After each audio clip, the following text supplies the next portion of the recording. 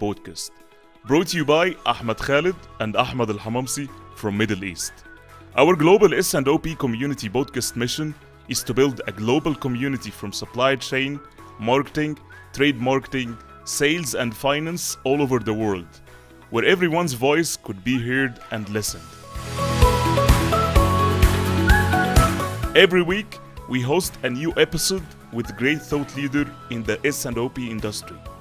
We believe that one word, one story, or one conversation could open up the light in the screen of your consciousness and you'll never be the same again.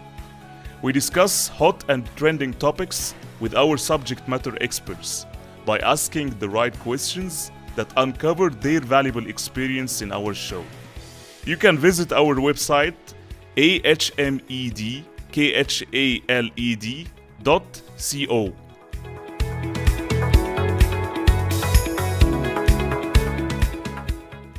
Stay tuned every week with our Global S&OP community podcast.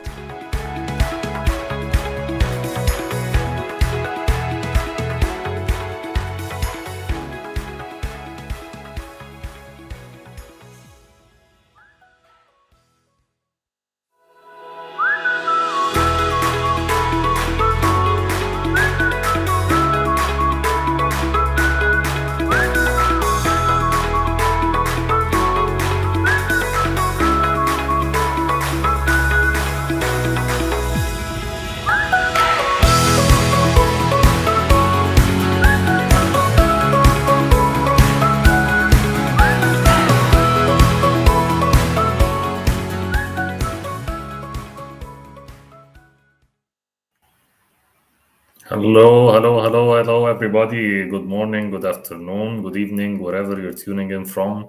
It's your show, the Global S&OP podcast. Thank you, everybody, of course, for joining us. As you know, this is the knowledge you'll not find in books. The Global S&OP podcast, of course, is we are interviewing and hosting executives and experts from all over the world, and then not only in supply chain, we're hosting in finance, in trade marketing, in sales, where everyone's voice is heard and listened to. And of course, we're trying to spread the knowledge as much as possible with all your participation and contribution. And hello to my friend Ahmed Khalid from Egypt. Ahmed, how are you doing? Thank you, Hamza. I'm very good, great. It's very cold, little bit here, but we are trying to Yeah. adapt here. So, as you said, I think first of all, we would like to thank all of our audience, especially our global S&OP community audience, those people who are engaging always with us, those people who are supporting us behind the scenes and giving us an authentic feedback to be better and better every day. Because at the end of the day, we are here to serve you. We are here to serve our community in the business and S&OP industry. We are here to change the world of S&OP together. And today, I think we have a very compelling topic. Actually, this topic it's very close to our heart Yes. because without understanding that topic, most organization will be totally lost from all aspects. Without understanding this topic, I would say we could have a poor customer service from all aspects. And without even understanding this topic, most probably it will disturb your relationship with your suppliers. And definitely and for sure, you will have an excess inventory and sometimes even obsolete stocks in your inventory. That's why we need to understand this topic very assertive today together. Our topic today will be around how to influence the demand of any product. Demand, I believe, it's not just a number to submit.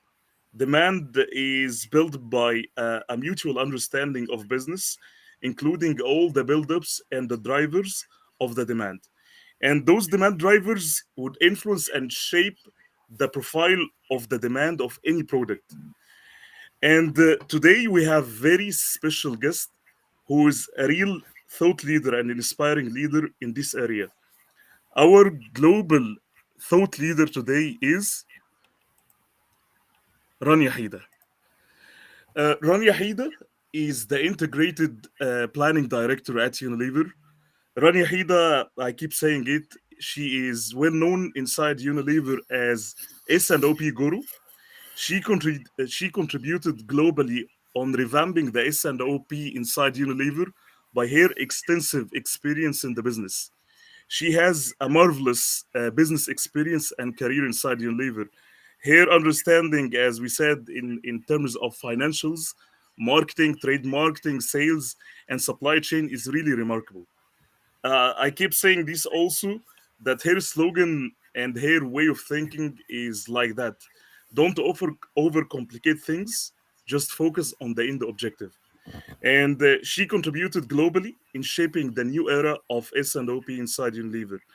Honestly, we are so happy to host an inspiring leader like Rania today in our podcast. So, may I ask you, please, to welcome with us our global thought leader today, Dr. Rania Heida. And before we introduce Rania, we will give the normal what? Applause.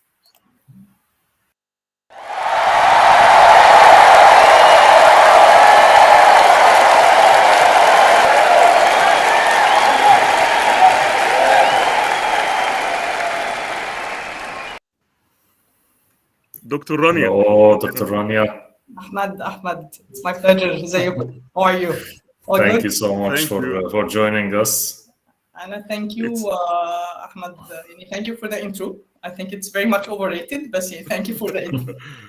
it's Very much happy and pleased to be with you today. Thank you. The same here. Thank you so much for giving us your valuable time. And I keep saying this, that we have a guru of S&OP. A lot of values will be revealed today based on your amazing experience.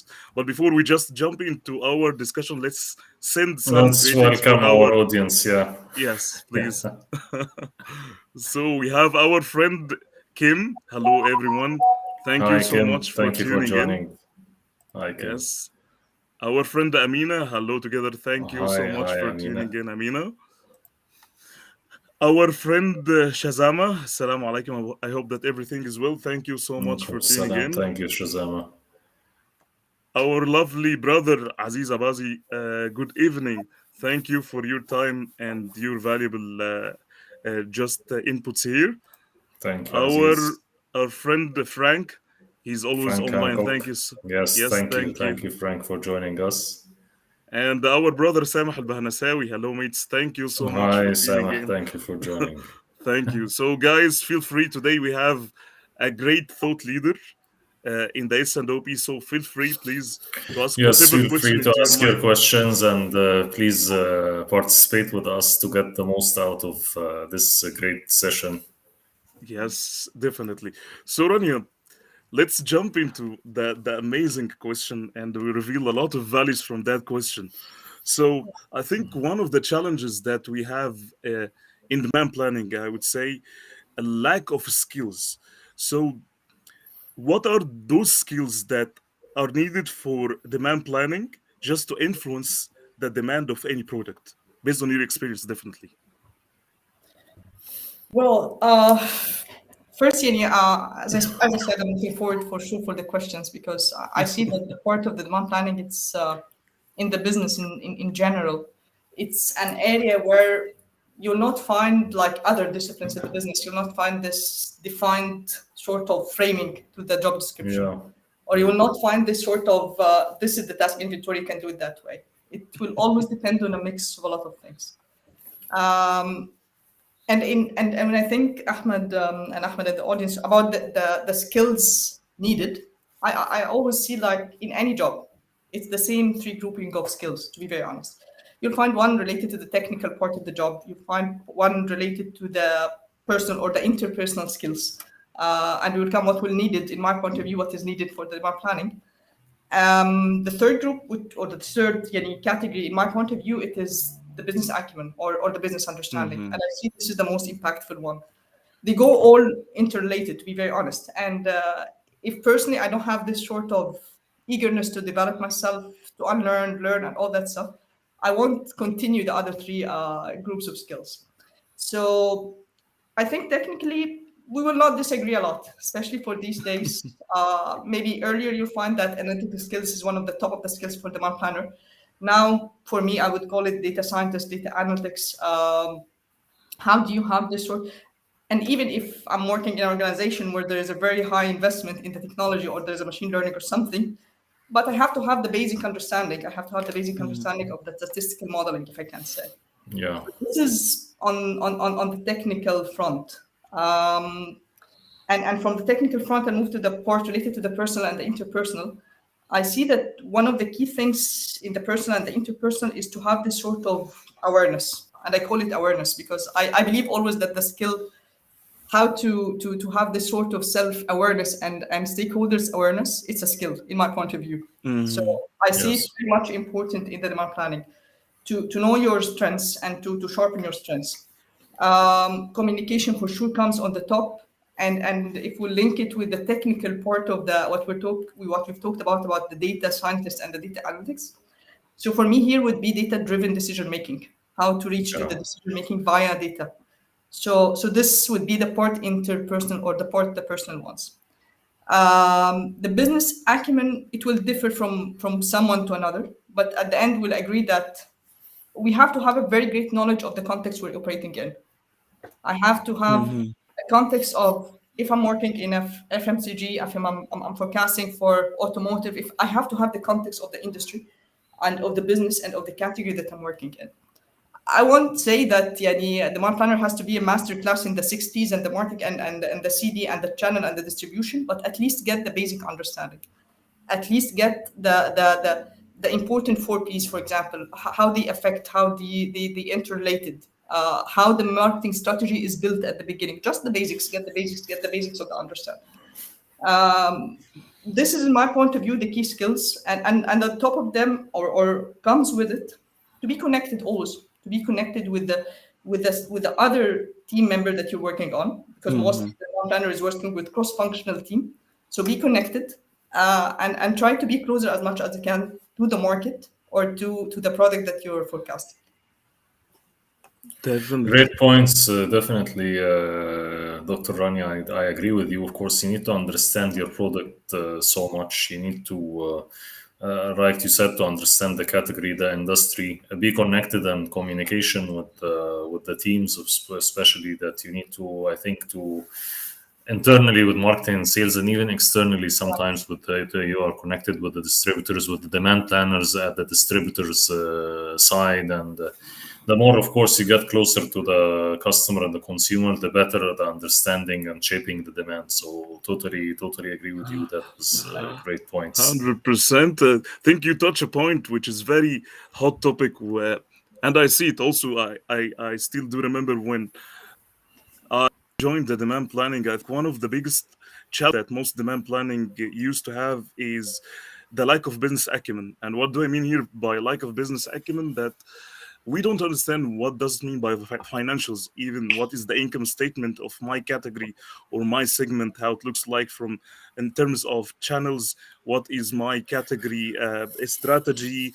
It's I used to have it like at the beginning, like uh, tons. I use it like unit of measurement, what tons in tons out, and this that doesn't help at all because demand planning is a bigger role than just a supply planning blindly. I don't mean here just balancing demand supply, but our role in demand planning is, as you said, Rania, it's mixed.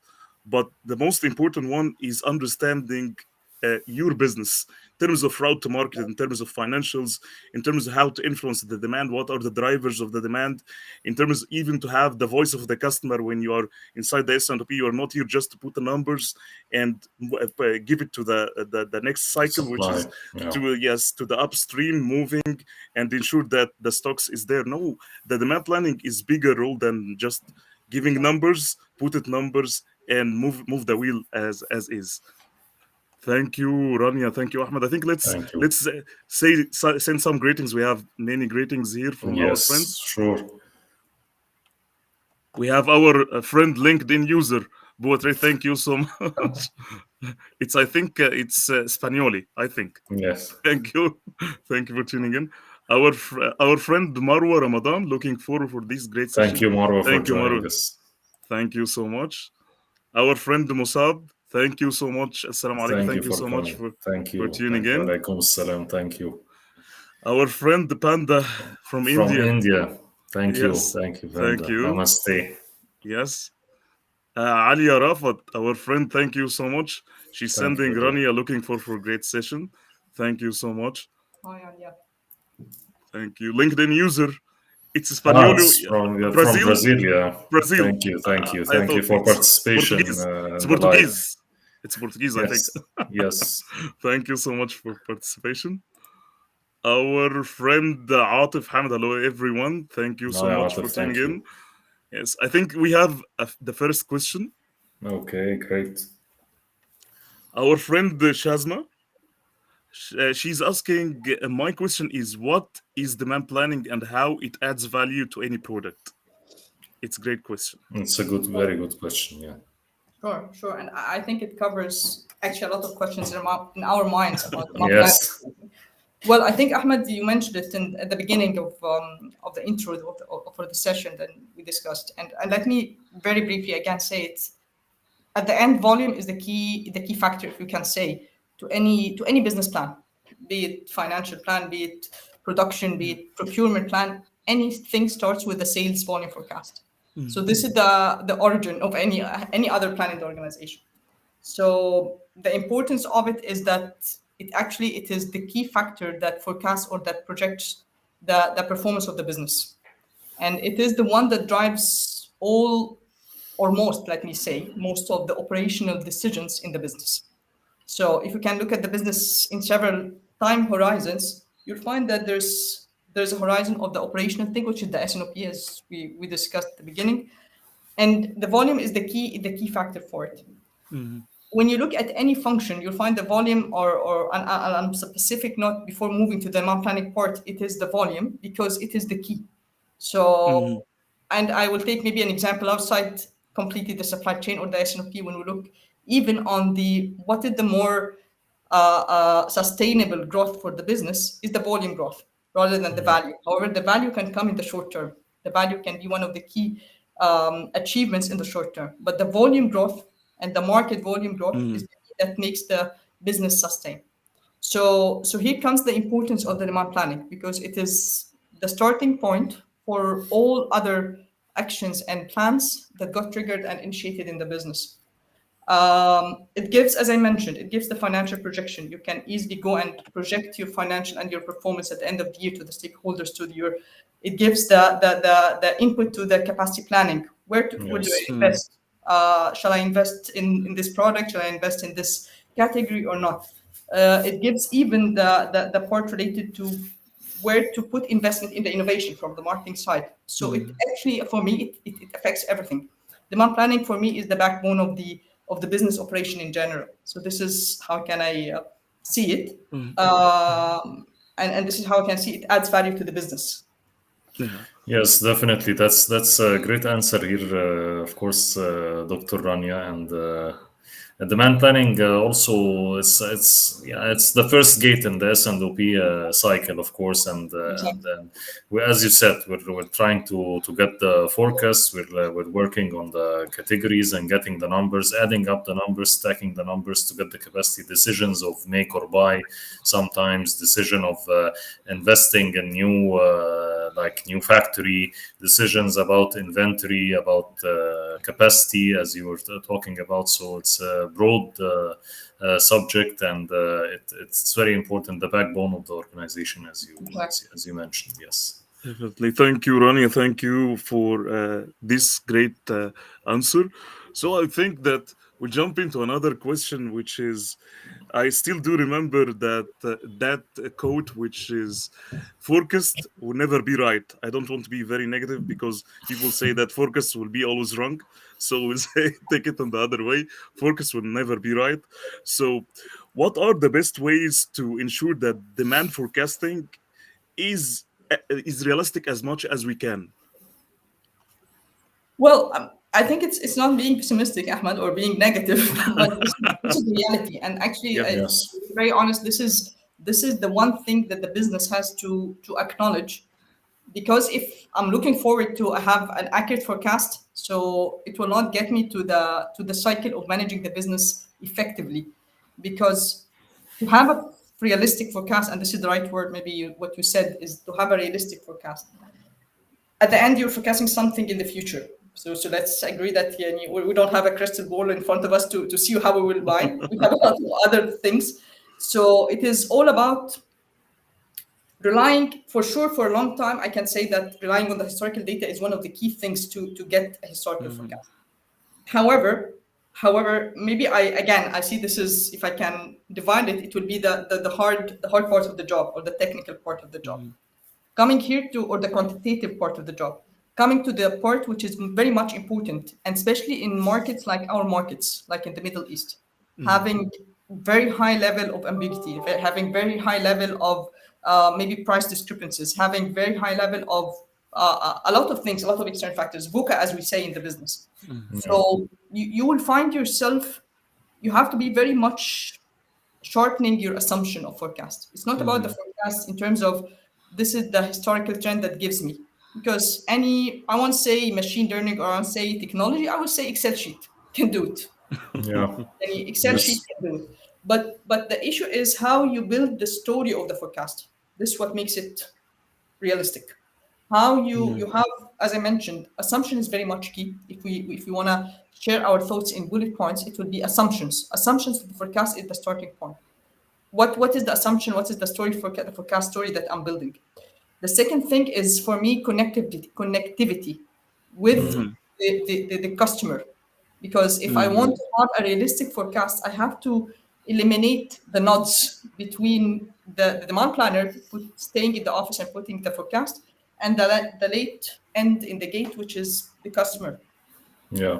And again, maybe the customer thing it will be debatable. We can discuss it, because again, not all our markets here are more of very advanced or modern trade-based market, but there still can be several ways to be connected with the customers on a regular basis. For sure, if you have an advanced market, you can have a more of a collaborative forecasting with the customer, and this will be great. So it will make your forecast more of, let me say, realistic. You're getting the vibes from the market, which you will not get it from the historical data.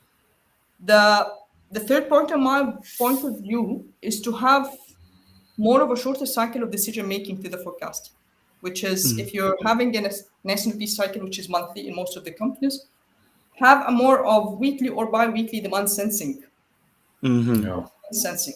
And here comes a very important element, that segmentation. Do it for the top items, do it for the golden customers, whatever it is called in any organization. But have this sort of mix between the segmentation approach and sensing the forecast to reflect the key sales.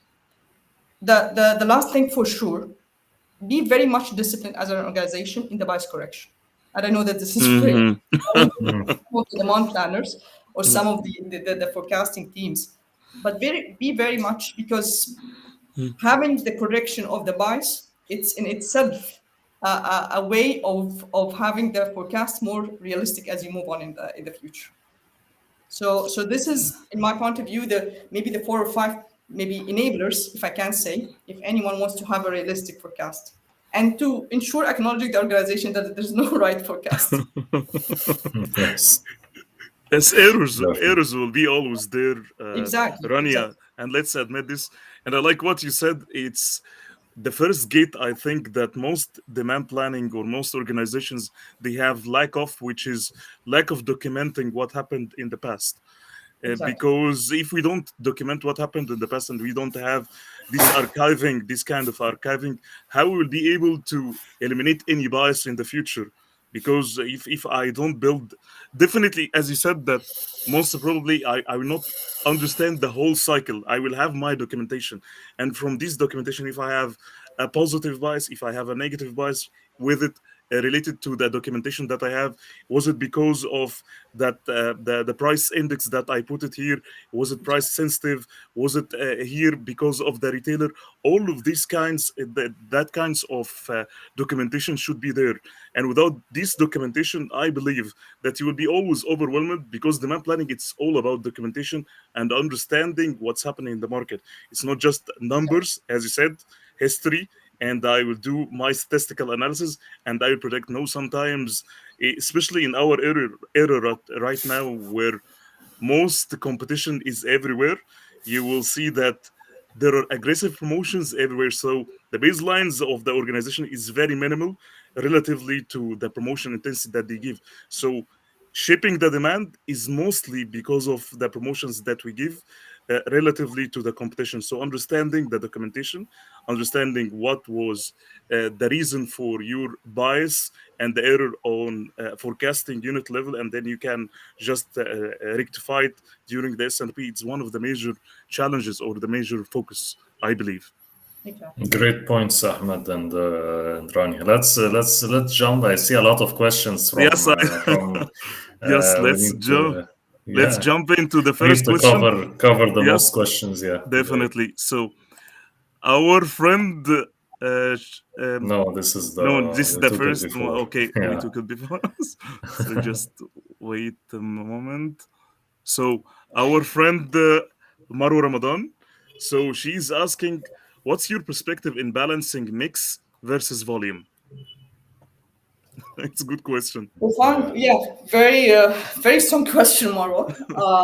And I think, well, to be very honest, I would not say that this is would be the exclusive role of the demand planner here. However, it's a very much needed part of the business planning to have a good demand plan or the good demand forecast. And here comes this again. If we look at the horizons, as I mentioned, we have the operational ones, which is the monthly ones for the SNOP, but there are other exercises in the business that has to be integrated with the SNOP.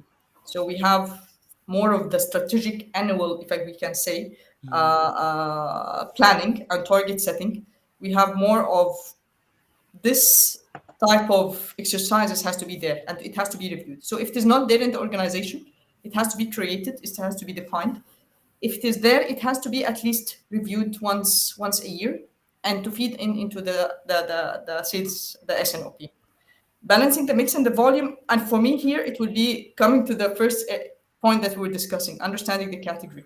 It's not only limited to the demand planning. So it is understanding the category, even what's the optimal, if we can say, what's the optimal number of SKUs, what's the optimal mix that gives me the target or the market share that I need. Because at a point of time, and it's a complexity rule, we all know it, at a point of time, maybe I can increase the number of the mix and I can diversify the mix and it will not add value to me.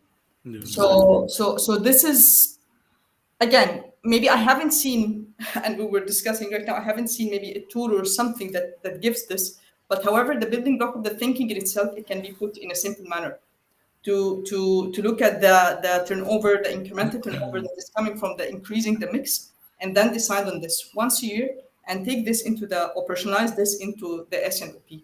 So it's very much needed. However, let me tell you, I hope I see it more frequent in the organizations because unfortunately sometimes such very valid input, it's not given the justice to be taken in the strategic planning part phase, and it affects the operational planning for sure. But yeah, it has to be there. And I will add to it the mix. I'm assuming that for sure the mix includes the pricing as well, because one Yeah. of the key thing is to define what's my pricing strategy for the category or the product that we're forecasting. So it comes here from the mix. What's the right mix? We have to maximize the mix. It's a target for any organization. And what's the right strategy to be put in place? Yeah. That's a great answer, and I think, of course, this needs collaboration with marketing, with Exactly. finance, with sales. Cannot be Exactly. only dependent on the demand planners. So it's definitely, I think it's a great question, Yeah. and Yeah. I think sometimes it's missed, as you're saying, from the company to give it more focus, especially on Yeah. that too, because the balancing the mix definitely will affect the bottom line. It will affect the growth, your growth in the category and the business growth in the industry itself. So, 100% right, and I think that this question is very interesting because it opens my mind when something happened in the past where I used to see some orders that came from the retailer and we hindered it. You don't need to give this to the retailer. So and I asked myself, how come that a company would stop a sales with X millions because of a strategy? And what I understood this after that, I understood that those SQs or those products were diluting the margin of the category itself. So the more that you sell Yes, you're looking at the top line sales, you are selling with X millions, but if you go specifically on a P&L or an income statement for those SKUs, you will see that the more that you sell from those SKUs, the less that you have in your margin, because you are spending too much in your marketing expenses, I would say the trade expense, and it has also a higher cogs, or I would say supply chain costs. So the more that you just look at it from a sales perspective and less the margin, it will dilute definitely your margin and the margin of the category itself. So don't look only for a top line sales, but look into, as Rania said, into the category strategy or the organizational strategy, how it looks like. Just not be overwhelmed on top line sales or just one element dimension. Can build Definitely. one note, Ahmed, and you reminded me with to answer Marwa in one part. Here comes not only a not big part of it, as I mentioned, the including this in the annual planning part and the strategic planning part, and this here where the organization has to develop some sort of guardrails or thresholds to do this exact example that you were mentioning. So, Yeah. and it all starts from the innovation. Mhm. So because sometimes we just don't give again the justice and the good mind in the innovation, and then we have to firefight and manage the consequence of the innovation later. One of them is having this sort of exact example that you mentioned. And the guardian here is a very key enabler, or again, or a business enabler to ensure that we're having this sort of disciplined thinking at the beginning. Having Mhm. this sort, for example, innovation has to be with an SKU that is higher than the average GP or the gross margin of the category. This can be Mhm. again, this is an example, or it has to be the growth of an upcoming couple of years. It will reach the category average gross margin. So this gives the challenging and the discipline in the thinking from the beginning in the innovation. When you launch the SKU or the product, you can monitor these assumptions again, Mhm. Mhm. have this sort of post evaluations, and maybe decide after years something that this is not the successful innovation we have to continue with, and we have to reduce delist in order to maximize or to max the mix, as we say. Definitely. Amazing Definitely. one, Rania. Thank you so much, Rania, for this Thank you. beautiful story. I think we have the next question. Our lovely friend Hassan Ali is Uh, asking Hey, how Hassan. demand planning can shape in with current dynamics that happen in business, especially with current disruptive supply chain situation. How would S&OP influence and navigate business nowadays? I think it's two questions in one, Yeah, but yeah. It's combo. And I think I'll start with the second one, Hassan. yeah, Maybe I'll start with the second one because yeah, again, I always say it. Maybe I'm biased to SNOP, but that's why yeah, I always say that. But let me tell you the thing that even people in the organization who see that the SNOP is a very painful process or a very painful exercise to be done every month, I don't think that there's something got new to replace the SNP for the since it started for the last two or yeah, three days. So nothing came to replace this cross-functional process, business process, in order to plan and deploy the sales plan. For nothing came.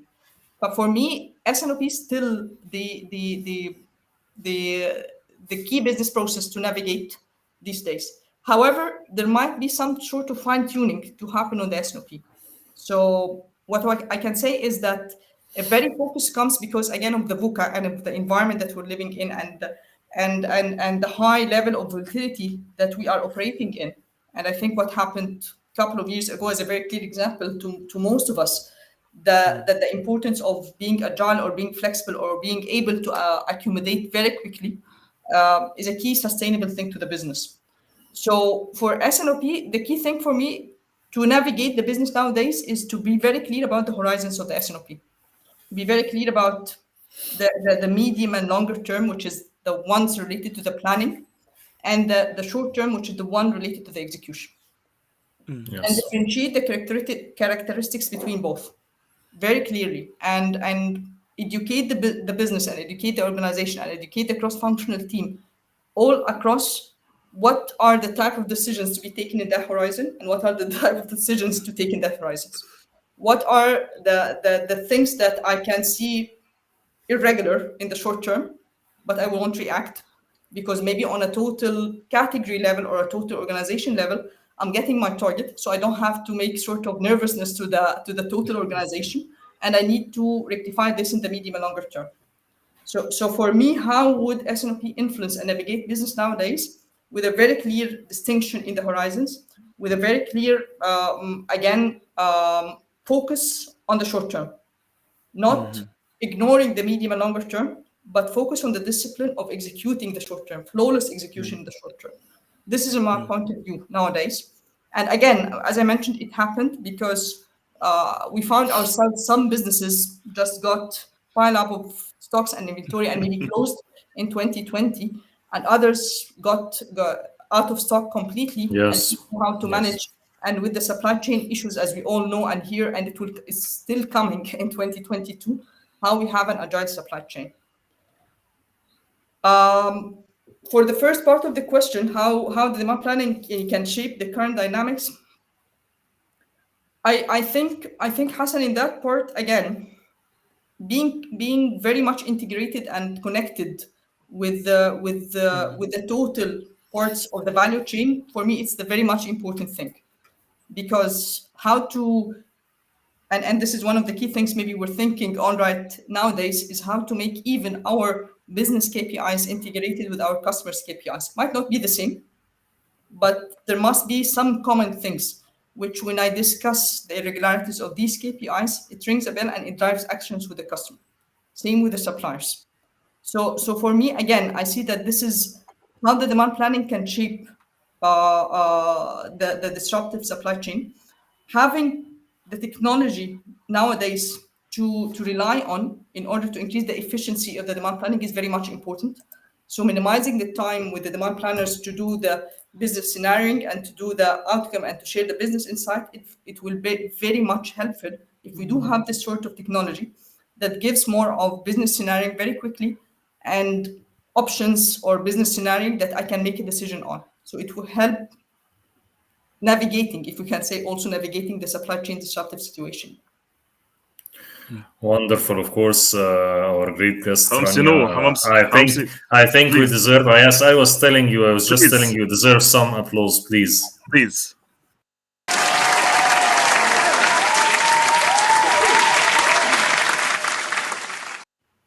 Definitely. Go ahead, Hamsi. Thank you so much. Yeah, I was just going to tell you the same. So you read my mind. I was just tell you that was a wonderful piece from our guest Rania Heida. I cannot add, of course, to that. That was very comprehensive and very clear. I think. I hope that Hassan got all what he wants from this question, because we enjoyed listening to this. Really. Yes. Thank you so much, Rania and Ahmed. So we'll jump into the next question. Our friend Samh Al-Banasawi, he is asking how artificial intelligence is impacting the demand planning scene. It's a very interesting one. Good. Yeah, I think he got one of the questions that we were going to ask. Yeah. So yeah, go ahead, Rania. Yes. Well, I can say that this is for me, and I won't have a clear, direct question, to be very honest, because I'm learning it right now, to be very honest. Yeah. I'm just learning this right now, how this will be integrated in the business and how to be integrated in the process of creating the forecast. However, if we come to the basic of the demand planning, as we were discussing, it deals with the massive amount of data and databases, and not only data and information as well, because nowadays it's not only the historical data as we're discussing. So you need more of data, you need more of real-time data. Trends, exactly, more of incorporating the trends across, more of incorporating the changes in the technologies and the changes in the preference and the taste and all that stuff. So how to incorporate all this and to get this, for sure, the technology, whether it's artificial intelligence, whether it's more of machine learning, whatever we can use, it is very much needed. And for me, it will be needed to increase the efficiency. I always say that, because it will never replace the human, if we can say, the human element in the demand planning.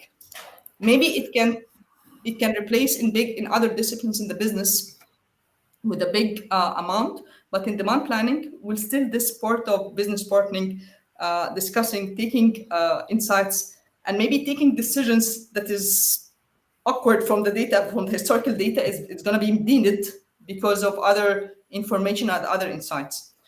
So For me, it is the way we drive business these days. So it's inevitable. It's inevitable for any business.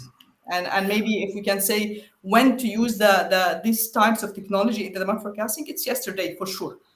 But the key thing, in my point of view, that the organization has to acknowledge is that it has to be prepared for these technologies, in my point of view, because I would consider this as a lethal weapon.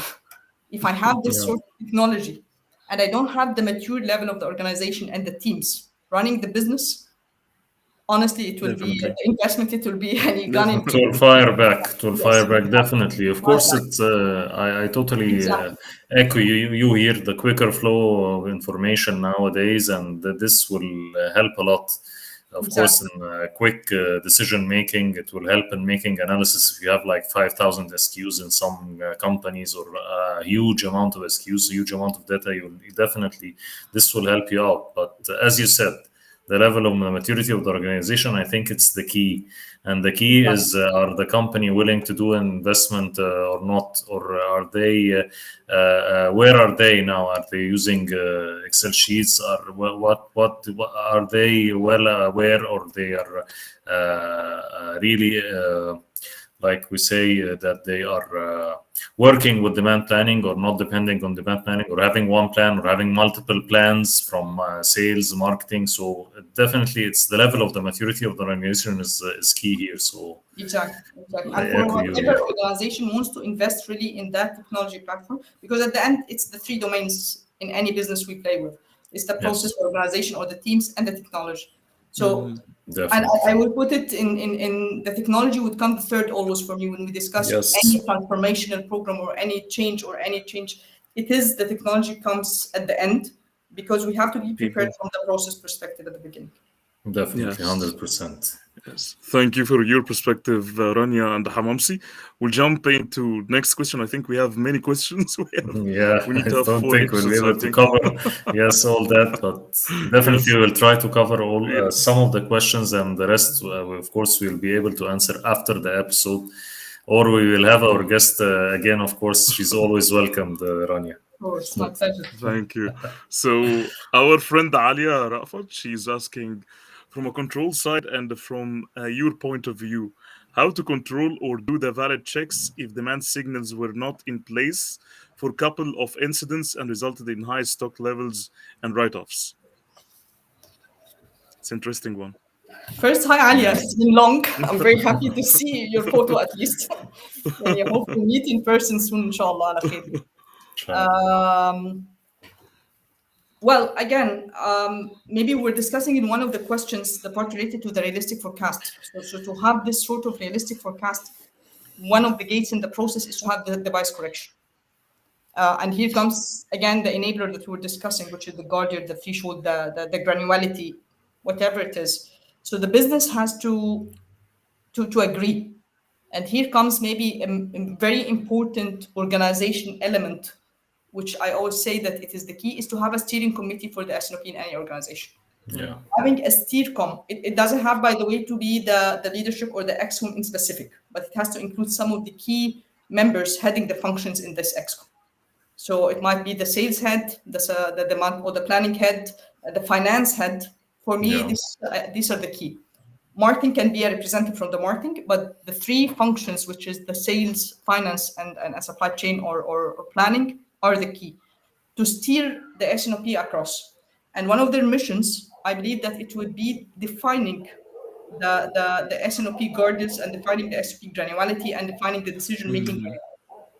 So one of them is how we will agree. And it depends on the business idea, to be very honest. Again, it depends on the industry and the business. So maybe from our background, from fast moving consumer goods, I would say that it will be not more than 8 weeks, to be very honest. Not more than 8 weeks to correct the demand signal or to correct the bias.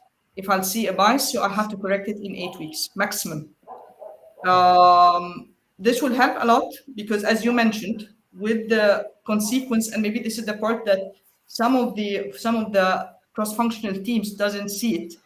because unfortunately it's not included in the targets of the marketeers or the salespeople. Yeah, yeah, yeah. And one of the things, a challenging, heated area I always face is that, guys, any cross-functional team has to have a more of functional scorecard to evaluate their performance, not a marketing, not a sales, not a finance or a supply chain. It has to be more of the category performance or more of the cross-functional category performance. That includes the stocks, by the way.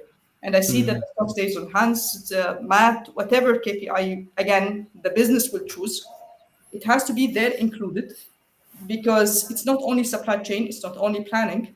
It comes from the beginning, as we were just discussing, coming from the innovation Yeah. that will take enough time of thinking and discipline and clear thinking of relaunching this or launching this innovation. So Yeah. reality to answer your question is more maximum 8 weeks, and discipline of the corrective action, very very disciplined, and it has to be owned by the planning, and the irregularities and the threshold has to be minimal. Yeah. I think that's 100%. a great answer, and I'll just add to this. Like you said, add it to the target. It has to be part of the sales team targets. They have to look at that because they are the close ones to the distributors, and they have to be part of that. The corrective action, of course, will be done through them and with the distributors. So they have to be included in their target, the bias and so that and as you said, of course, the steer com and all that. This will truly help in moving things around. Definitely, yes. I think just to add 2 points, it's all about preventive and corrective actions. And as Yes. Rania mentioned at the beginning, preventive actions could be as a control point from understanding the demand drivers before just going into bias. Because bias, I think, calculating the bias, it means that the problem happened. But at the beginning, when you have this kind of business acumen and unbiased financials, I keep saying this because it's not only the role of the demand planning, but also the roles of the category themselves, from marketing, from trade marketing, and from finance. Don't be biased by just numbers, because sometimes when you're biased by numbers, you put numbers that it's not realistic over and above, and you will realize that after you would have a negative bias. And once you have a negative bias, this is the problem, because you just moved on in the preventive, I would say, gate. Now you're in the corrective gate. This is one of the most challenges that I see from the organization point of view when it comes to an obsolete stocks or overstocks or over inventory. So you keep leaving your category with just the stocks pile up, as mentioned by Rania. Leave it as is, and especially for the products that they are perishable or just have a shelf lifetime. So you could lose everyday shelf lifetime. And when you highlight, as Rania said in a steering committee, guys, we have this kind of stocks pile up, and most probably it will be obsolete and it will be tends to be write off. We need to take an action. People just ignore and ignore and ignore, and it reached to a point that it comes to be written off, and then the margin will be diluted by force. So take negative action at the beginning, as we said, preventive actions. Understand your demand drivers. If it happens, document it, everything. And then if it happens and you are just overwhelmed with this, take, as mentioned by Rania, your steering committee, speak, highlight, and give the budget to the right people. Because people, when you are focused only by the core SQs and ignore what's happening, this will be a potential, and it will hit your margin at the beginning. So keep speaking, keep highlighting, keep collaborating. If in terms of corrective actions and on control, put it in your SNOP, and I think this will drive actions. That's my, I would say, Great points, point of view. Ahmed, of course. And of course, to all our listeners, of course, I know most of them are in supply chain, but bias is consistent difference of someone not from supply chain or something, so that they're familiar. It's a consistent difference between actual sales and the forecast. So Yeah. this is the definition of bias. Definitely. Thank you, Hamams. Thank you, Rania. I think we will jump into the next question, which is LinkedIn user, our friend. Mm. What is the time? He's asking, or she is asking, what is the time horizon for demand sensing? The shorter, the better, for sure, always. Yeah. Again, I see it to be realistic. It has to be linked to the capability and the maturity of the demand planning part in the organization. So, if we look at any maturity assessment for SNOP and demand planning, if I go with from 0 to 5, for example, which is the maximum, I can go to an organization still building the demand planning and still building the SNOP structure, and very much short-term focused and very much maybe target oriented and all that stuff, and go for and say, okay, we move to a weekly demand sensing. But Cannot be done. yeah, Yeah. but if we'll say that we're talking about a mature organization with the SNOP at demand planning, and again, especially after the COVID pandemic and what we've Yeah. seen and what we've practiced, we had to do a weekly demand sensing. Even if we kept on saying and putting in our all strategic initiatives and all our strategic plans and all our annual targets that, guys, we need to move to the weekly demand sensing. uh, we did this, and the painful thing is that some organizations who weren't prepared, whether in terms of process or in terms of technology, they had to do it the hard way, and they had to do it manually, or they had to do it because it really affected the working capital and the cash flow of the organization. So for me, I would say weekly for sure. This might be the option in industry. Again, it depends on the industry. But if I'm talking about a retail or a fast-moving consumer goods industry, it will be more of a weekly. Maybe other industries will vary, and it can be longer. So it depends on the life cycle of the product. It depends on a lot of factors. But in general, the shorter decision-making cycle, and I would say the shorter decision-making cycle we can create, the better results it will give to the business. Definitely. Thank Definitely. you. Thank you so much, Rania. Think we'll jump into another LinkedIn user question. So we have the next question. What parameters I must consider when I design my time fences? If I'm getting the question, understanding it right, so it will be a bit linked to the previous question. Yes, yeah. Yeah. Again, Yeah. again, I see it is more dependent, or it's more related again to the life cycle of the products that we're operating in. And it depends on the planning cycle that you are defining in the organization. It depends on the guardrails that you agree on, and the thresholds that you're agreeing or defining as a steer comment organization. So it will help a lot to determine this, maybe granularity, if I can say, of for the operational planning. So certain things, yes, it can be on a monthly basis. Certain things can be on a weekly basis. Certain forums can be designed on a bi-weekly basis, which is every couple of weeks. But however, for me, the demand sensing in itself, it very much needed to be on the shorter cycle. So in order to prepare the business for whatever opportunities and risks are there, and to answer the question whether I need to react or not, whether I need to react from the supply side to these opportunities or not, whether these risks can be more of long Mitigated or yeah. horizon, not can Yeah. be mitigated or not. So weekly can be the fair for the meantime. Yes. Thank you. Thank you, Rania, and thank you for LinkedIn user. So we jump into the next question. Our friend Ahmed Abu Khadra just is asking, what are the demand planner main KPIs? It's a good one. Good questions. Very Again, good questions. I think yes. today, Rania, I think is getting a little bit tired with us. But thank you Me so too. much. I'm very Really, much happy. I'm very it's much interested in thank you this. so much. Thank you. I Yeah. think Ahmed Hamans, you said it, and again, Yeah. I don't see one KPI for the month planner, to be very honest. Yes. Yes.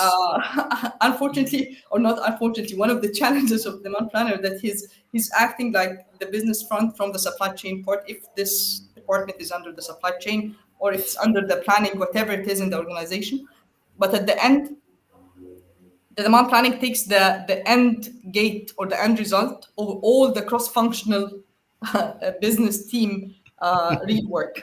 So as we said, for example, if we say the classical or the key known KPIs, for sure, it would be the bias, it would be the accuracy or the error, Yeah. It will be a lot of things with different time lags. Very much more of a KPI that I see very much important is the value and volume connect, Mm-hmm. because Yeah. maybe we focus on the first two on the volume only, but the volume and the value connect, this is very much crucial, because we have to link the SNOP in general. And if we want to say that demand planning is not only a supply chain function and SNOP is not a supply chain part, so we have to extend it to the business and make this happen for the business. The ultimate objective is to reach the value forecast. The volume forecast is the initial input for sure, but the value forecast is the end that the business makes decision on. The business doesn't make decision on volume. So here comes that the value volume disconnect. However, it is not, let me say, a most commonly used KPI. However, it's very much important because it helps, or it makes the integration between the volume forecast and the value forecast of the discounts, the plans, the terms with the trades.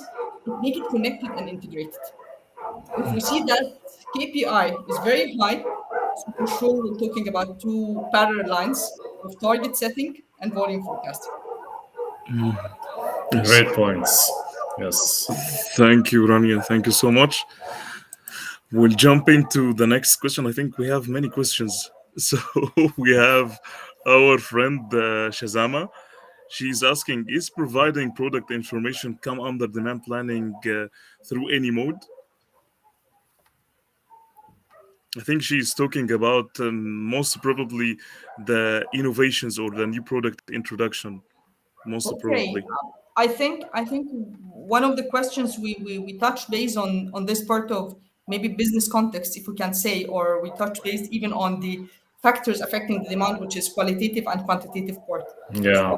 I would put here that, yeah, for sure. And again, any information related, whether it's related to the product in itself or related to the context of the product, for sure it helps the quality, if I can say, the quality of the forecast coming from this product.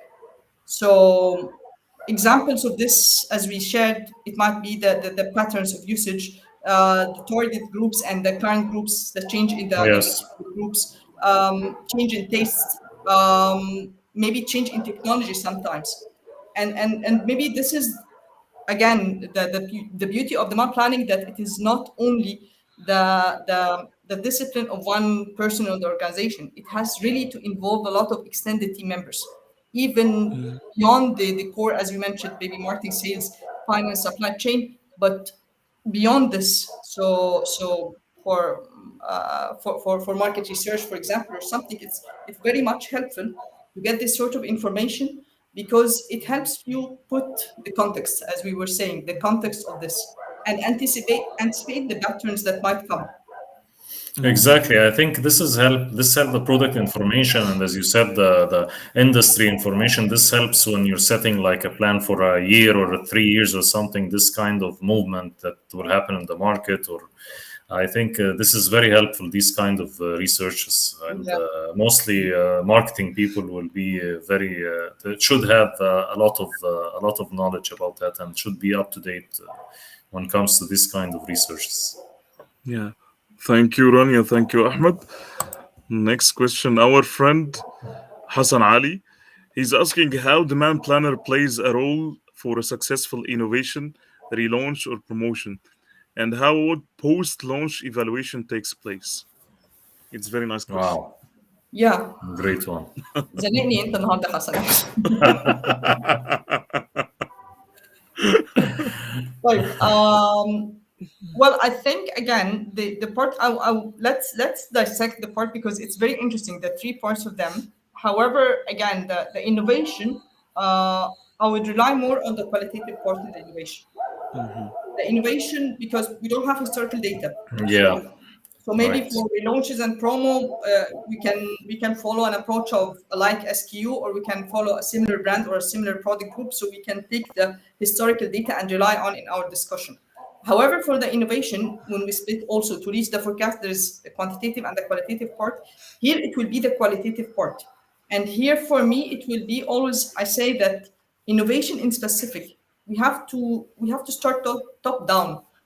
there are again different approaches for the forecast, whether you start Yeah. top up and disaggregate, or Bottom bottom up. up and aggregate, or middle down or middle up. But Yeah. however, for the innovation in specific, it has to be more of a strategic level discussion and more of a top down. And for me, I would start from the higher maybe level of data I can gather in the organization. So the normal or the common is to start with the market share, for example, and put your assumption and put your positioning to the innovation, and set the assumption. And here comes the documentation of the assumption is very much important in the innovation. So Yes. document the assumption, because at a point of time, not all the building blocks will be stitched together. Not all the building blocks of the innovation will be stitched. At a point of time, and we need to agree as a business. It's very much fine, guys. We do put this as an estimate, as an assumption. Yes. It might reach 100 tonnage and it might sell 10 tonnage. I have to limit this variability by the assumption. So the innovation for me, it would be very much of the assumption, the top down forecasting, and then disaggregating this, and reconciling this with the bottom up for the first, let me say, for the first quarter of the innovation or something. So to have Yeah. this sort of sanity check.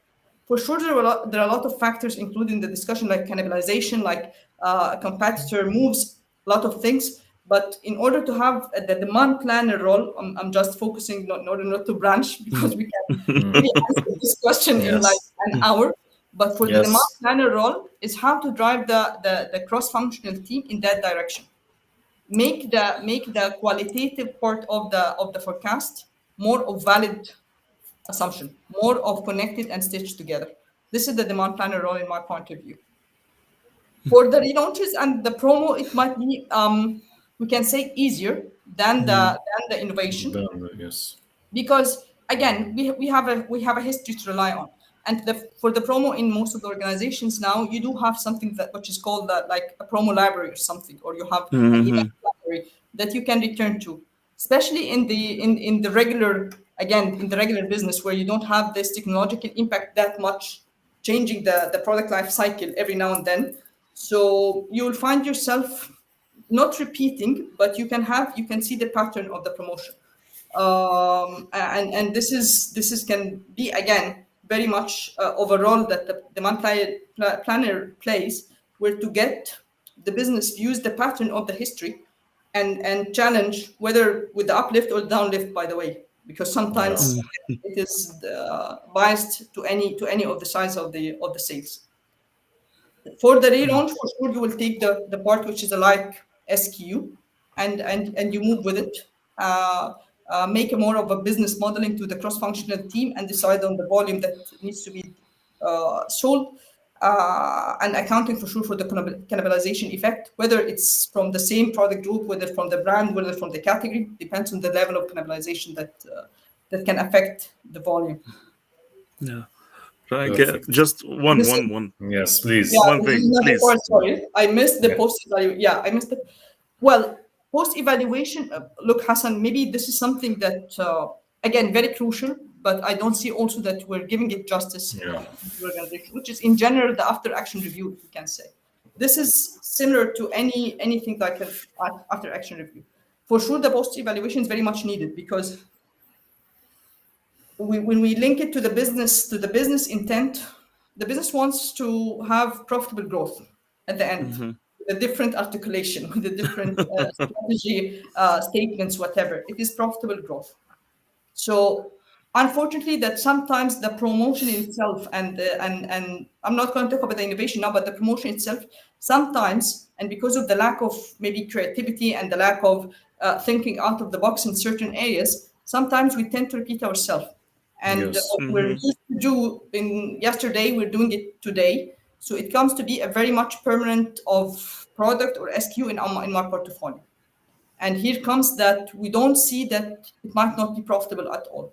And maybe like Ahmed, like Khalid was saying, that I might introduce a new SKU with a lower margin than the average of the category, and I found myself at the end having a declining gross profit or something, or a declining profit.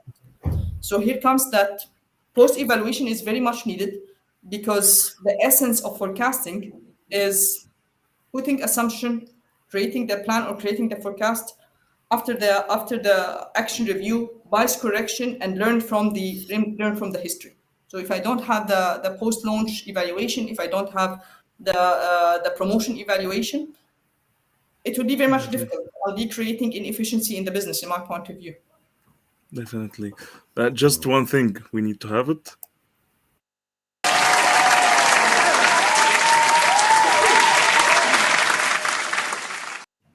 Rania, I think that if Yes. you're reading from book, this answer will not come like Yeah, this answer definitely will not very, come. very, very organized, very structured. And I think يعني, the rest of the questions, I think we can take it after this session. But really, Before, they added a lot of values to everyone. Questions kept pouring from our audience. We have very high engagement today, so thank you to all our audience, really. And we will try to. I think we tried to cover most of the questions, but allow us to cover the questions after maybe our live. We'll try to cover the questions and give you the answers. Definitely. Sure. Rania, really thank you so much for today. We cannot thank you enough. I think you told us you were a little bit not on your 100% energy, yes. but I think on your Yes. 120% energy, not touch wood. I think you're great, and thank you so much really for Thank you, today. Ahmad Yeah. Khaled, Ahmad Hamamsi. Thank you. Thank you really to allow me this chance to. It was a real pleasure. And It's hope we connect soon, inshallah. Inshallah. Inshallah. Thank you so much, Thank and you. thanks again, Thank you, Rania, for audience. giving us your time. I know, as Hamam said, that you were overwhelmed, I think, and Yes. you're very sick, but you were insisting to be there to drive your Yes. amazing values to Thank our you. audience. So thank you for your amazing time and amazing values. Hopefully, that we can have another episode. Inshallah. We will Yes. unleash everything again. Thank Yes. you so much. Thank you, Have and a thank good. you for all our Thank audience. you. Thank you. Thank you, Thank you. Take guys. care. Thank you.